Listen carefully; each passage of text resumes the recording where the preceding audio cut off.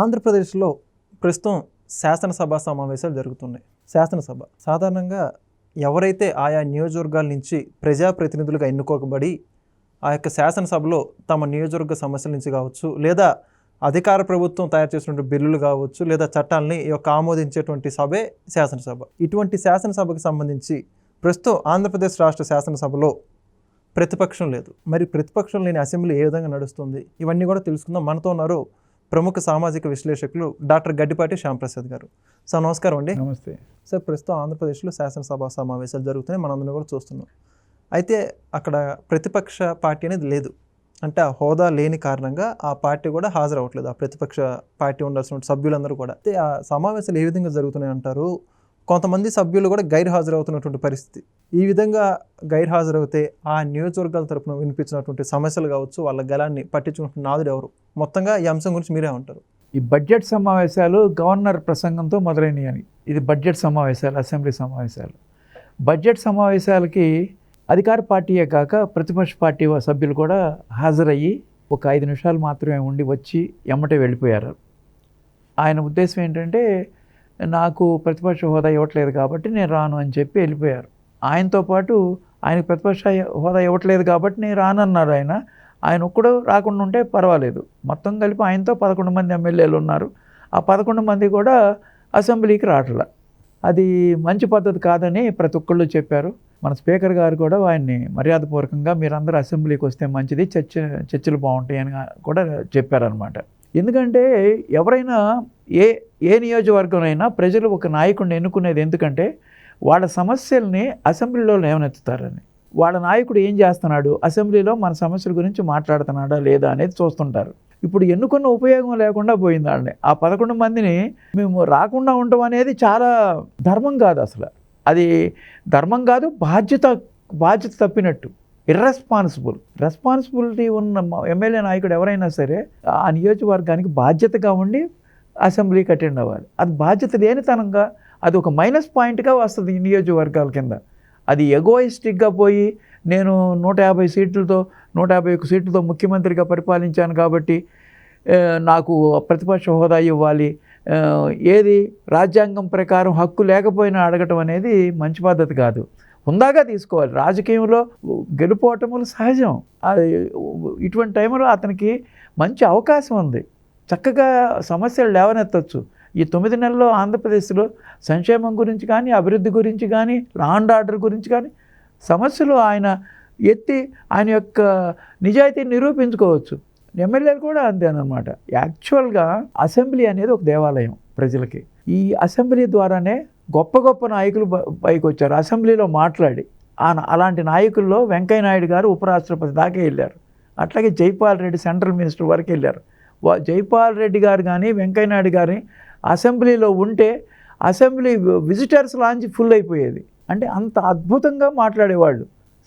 ఏ సమస్య గురించి అయినా చక్కగా ప్రిపేర్ అయ్యి వచ్చి ప్రజా సమస్యల్ని అసెంబ్లీలో అధ్యక్ష అని చెప్పడంలో వాళ్ళ యొక్క వర్త్ నిరూపించుకోవచ్చు. ఇప్పుడు ఈ 11 మంది ఎమ్మెల్యేలు కూడా వాళ్ళకి ఈ 5 సంవత్సరాలు ఇట్లా అసెంబ్లీకి రాకపోతే ఇంకా వాళ్ళ ఎమ్మెల్యే ఉపయోగం ఏముంది? ఊరినే మామూలు ఎమ్మెల్యే అయిన దానికిను మామూలుగా పార్టీ కార్యకర్తలకి తేడా ఏముంది అక్కడ? ఆయన ఇప్పుడు ఎమ్మెల్యే చక్కగా అసెంబ్లీ ఏంటి, స్పీకర్ ఏంటి, ప్రొసీడింగ్స్ ఎలా ఉన్నాయి, ఎలా చేస్తున్నారు, మిగతా నాయకులు ఎలా మాట్లాడుతున్నారు, వాళ్ళ దగ్గర నుంచి నేర్చుకోవచ్చు. వీళ్ళందరూ కొత్తగా ఎన్నికైన వాళ్ళు చక్కగా ప్రొసీడింగ్స్ చూస్తే ఏ సబ్జెక్ట్ మాట్లాడచ్చు, క్వశ్చన్ అవర్స్ అంటే ఏంటి, ఇవన్నీ డిఫరెంట్ సబ్జెక్ట్స్ని నేర్చుకోవటం కూడా పోతుంది వాళ్ళకి. కనీసం 5 సంవత్సరాల కాలం వృధా అయిపోతుంది అనమాట.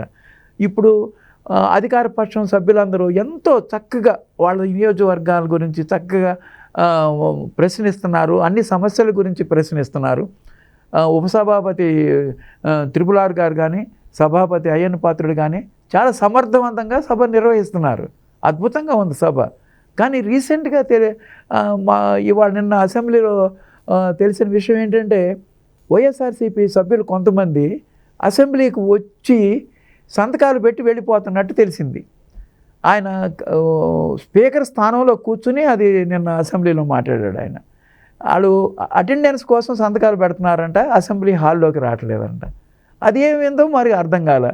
ఆయనకి డైరెక్ట్గా అన్నాడు, దొంగల్లాగా వచ్చారు, దొంగల్లాగా వెళ్ళిపోతున్నారు అన్నాడు. ఆ మాట అనిపించుకోవటం ఎందుకు? చక్కగా అసెంబ్లీకి వచ్చారు, సంతకాలు పెట్టారు, చెప్పా పెట్టకుండా వెళ్ళిపోతున్నారు. వచ్చినందువల్ల తప్పే ఉంది. లోపలికి వచ్చి వాళ్ళు క్వశ్చన్స్ పంపిస్తున్నారు. క్వశ్చన్స్ పంపించి ఆ టైం కూడా వృధా చేస్తున్నారు. ఎంత వాల్యుబుల్ టైంని వేస్ట్ చేస్తున్నారు వాళ్ళు. వాళ్ళ యొక్క లీడర్షిప్ క్వాలిటీ కూడా ప్రూవ్ చేసుకోవచ్చు అసెంబ్లీలో. ఎందుకంటే తక్కువ మంది ఉన్నారు. ఆ పార్టీ వాళ్ళు ఎవరు ఏది మాట్లాడినా సరే ఫోకస్ అవుతారు రాష్ట్రం మొత్తం. ఆ ఛాన్స్ పోగొట్టుకున్నారు. అది అన్నెసెసరీ ఇగోకు పోయి దాంట్లో పోయేది ఏమీ లేదు. వాళ్ళు వచ్చినందువల్ల అసెంబ్లీకి వచ్చే లాభం లేదు, వాళ్ళు రానందువల్ల అసెంబ్లీకి వచ్చే నష్టం లేదు. కానీ వాళ్ళు నష్టపోతున్నారు. ఇండివిజువల్గా ఆ ఎమ్మెల్యేస్ యొక్క క్యాలిబర్ ప్రజలకు తెలియదు. వాళ్ళు కానీ నిజంగా నాయకులు అయి ఉంటే చక్కగా మాట్లాడచ్చు. ఇవాళ మీరు కౌన్సిల్ చూస్తున్నారు, ఎంత అద్భుతంగా జరుగుతుంది కౌన్సిల్. అసలు లోకేష్ బాబు ఎంత అద్భుతంగా డీల్ చేస్తున్నాడు ఎడ్యుకేషన్ సబ్జెక్టు. నేను వాళ్ళు చూశాను, చాలా అద్భుతం. ఎంత డేటా ఉంది, ఫుల్గా స్టడీ చేసి వచ్చాడు ఆయన. ఎన్ని స్కూల్స్ ఉన్నాయి, ఎంతమంది పిల్లలు డ్రాప్ అవుట్స్ అయ్యారు లాస్ట్ 5 yearsలో, ఇప్పుడు ఎంతమంది చేస్తున్నారు, కమింగ్ 2 yearsలో మేము ఏం చేయబోతున్నాము, ఎలాంటి ఎడ్యుకేషన్ పిల్లలకు అందించబోతున్నాము, ఎన్ని రకాలుగా డిస్కస్ చేశారు. ఎవరినైనా సరే రండి, నేను దేనికైనా రెడీ అంటున్నాడు ఆయన. ఎందుకంటే ఆయన సబ్జెక్ట్ ఉంది. ఆ సబ్జెక్టులను అసెంబ్లీలో ప్రూవ్ చేసుకోవాలి. నాయకత్వ లక్షణాలు సబ్జెక్ట్ ఉంటేనే అసెంబ్లీలో మాట్లాడగలరు. ఇప్పుడు వీళ్ళు కూడా ఈ 11 మంది ఎమ్మెల్యేలు కూడా వాళ్ళ సబ్జెక్ట్ ప్రూవ్ చేసుకోవచ్చు, ఒక నాయకుడికి ఎదగచ్చు. ఇవాళ వైఎస్ఆర్సీపీలో ఉండొచ్చు, రేపు ఆయన ఇంకో పార్టీ మారచ్చు. ఈయన వర్త చూసి ఆ పార్టీ వాళ్ళని ఇన్వైట్ చేసుకోవచ్చు. ఆ నాయకత్వ లక్షణాలు నేర్చుకోవాలి కదా. ఎంతోమందికి ఆదర్శం వెంకయ్యనాయుడు గారు కానీ, జైపాల్ రెడ్డి గారు కానీ అయిపోయి 40-50 years బ్యాక్ వాళ్ళు అసెంబ్లీలో అటెండ్ అయింది. ఇవాళ వరకు కూడా చెప్పుకుంటున్నారంటే వాళ్ళు ఎంత చక్కగా మాట్లాడి ఉంటారు అసెంబ్లీలో. అదొక అవకాశాన్ని పోగొట్టకూడదు. కనీసం సంవత్సరానికి 100 రోజులు అసెంబ్లీ జరగచ్చు. ఆ 100 రోజుల్లో నీ పార్టిసిపేషన్ ఉంటే నీ వర్త ప్రజలందరికీ తెలుస్తుంది. వాళ్ళు లైవ్లో అసెంబ్లీ చూపిస్తున్నారు. అదీ కాక మీ యొక్క క్యారెక్టర్ పోయింది. వాళ్ళ దొంగతనంగా సంతకాలు పెట్టి దేనికి? ఉపసభాపతి గారు చెప్పారు 60 రోజులు కనుక అసెంబ్లీకి రాకపోతే నువ్వు డిస్క్వాలిఫై అవుతావు. దాని భయంతో చేస్తున్నారు ఆ సంతకం. అది కూడా అర్థం కావట్లే. యాక్చువల్గా ఇవాళ ఇండియాలో ఎవరిని డిస్క్వాలిఫై చేయలే నాకు తెలిసినంతవరకు. 60 రోజులుగా సంవత్సరం ఆబ్సెంట్ అయిన వాళ్ళు కూడా ఉన్నారు. అయినా ఎవరు డిస్క్వాలిఫై అయిన ఇది నేను ఎక్కడ చూడలే. కానీ ఎందుకు భయపడుతున్నారు? ఎందుకంటే ఉపసభాపతి గారు దాన్ని 2-3 సార్లు మెన్షన్ చేశారు. 60 రోజులు కనుక అసెంబ్లీ రాకపోతే డిస్క్వాలిఫై అవుతారు అని. కాబట్టి డిస్క్వాలిఫై అవుతారని దొంగతనంగా వచ్చి అనవసరంగా స్పీకర్ గారితో దొంగతనంగా సంతకాలు పెట్టి వెళ్ళిపోతున్నారు, అసెంబ్లీకి రావట్లేదు అనే విషయం ఇవాళ ఆంధ్రప్రదేశ్ అంతా తెలిసిపోయింది. మీ యొక్క క్యారెక్టర్ పోయింది. మీకు ఇష్టం లేకపోతే అసెంబ్లీ రాకుండా ఉండండి. మీకు నిజంగా మీరు లీడరు, మీ నియోజకవర్గాల యొక్క ప్రాబ్లమ్స్ లేవనెత్తి మీ యొక్క నాయకత్వ లక్షణాలు నిరూపించుకోవాలంటే అసెంబ్లీయే మీకు వేదిక. అలాంటి ఆపర్చునిటీస్ పోగొట్టుకున్నారు, దొంగలనే మార్కేసుకున్నారు. కాబట్టి ఇలాంటి చర్యలు చేసి ఇంకా దిగజారిపోతున్నారు మీరు.